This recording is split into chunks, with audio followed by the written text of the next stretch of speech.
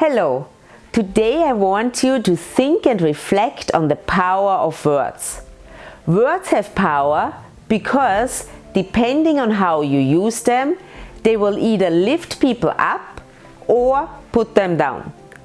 They can make someone feel good or cause people to waste a lot of mental energy and, with that, productivity.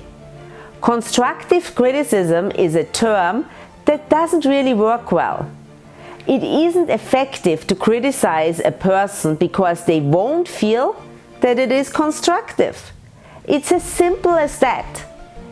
Constantly telling people what they do wrong and reprimanding them for their actions will affect their self-worth and confidence.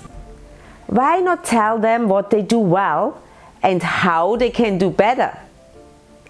Nobody wants to be criticized, but nearly everyone wants to be helped to improve when they feel that you have their best interest in mind. The most important part is the mindset of the feedback giver. I encourage you to look for the good in every person. Punishment won't lead to long-lasting improvements. Cultivating behaviors and developing personal excellence will.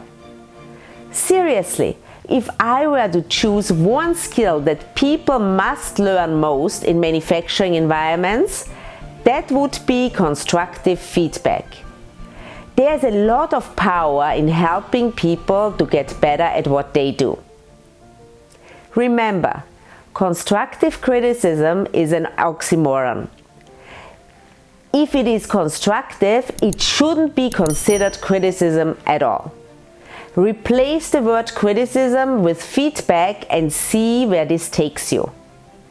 I will see you on the other side. This was my thought for today, and I will see you next week again.